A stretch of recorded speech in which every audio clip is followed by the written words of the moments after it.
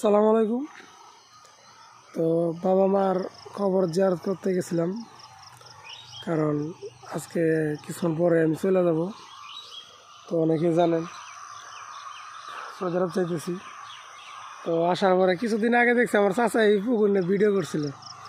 আগে এই জায়গায় আমরা সবাই ঝাঁপাইতাম, গোসল টোসল করতাম। এখন তো আসলে কেউ আসা হয় না এই জায়গায় মূলত, কিন্তু এই চৌধুরী বাড়ির পুকুর পাড়ে কিন্তু কেউ আসে না, এই জায়গায় ঘুরতাম।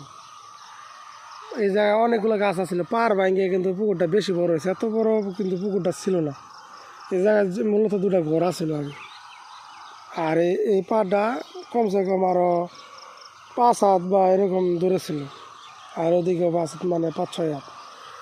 মানে পুকুরটা ছোট হয়েছিল, কিন্তু পুকুরটা অনেক সুন্দর আছিল, বড় বড় গাছ আছে সাইডে। এই পুকুরের কিন্তু একটা বিশেষত্ব আছে, ঠিক আছে। আবার অনেকে ভাবতে পারেন যে মানত টানত করলে মানে কোনো কিছু হয় কিনা। না না, এরকম কিছু না। আমাকে পাড়ায় এক খালা ছিল আমার, ঠিক আছে।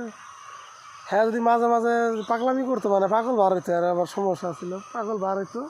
আমি দেখতাম যে এই সাইডে নামাইয়া তারা চুবানি দিত, ঠিক আছে। চুবাইলে আবার সে আবার পুরোপুরি আগের মতো ঠিকঠাক হয়ে যেত। মানে এই বিশেষত্বটা আমি দেখছি, কিন্তু তাছাড়া ব্যতীত কোনো বিশেষত্ব আছে কিনা আমি জানি না। আর মানে আমার আর জানা নাই। তো কারো জানা থাকলে পরবর্তী ভিডিও করে আবার দেখাইন। তো ঠিক আছে, সবাই ভালো থাকবেন আর আমার জন্য দোয়া করবেন।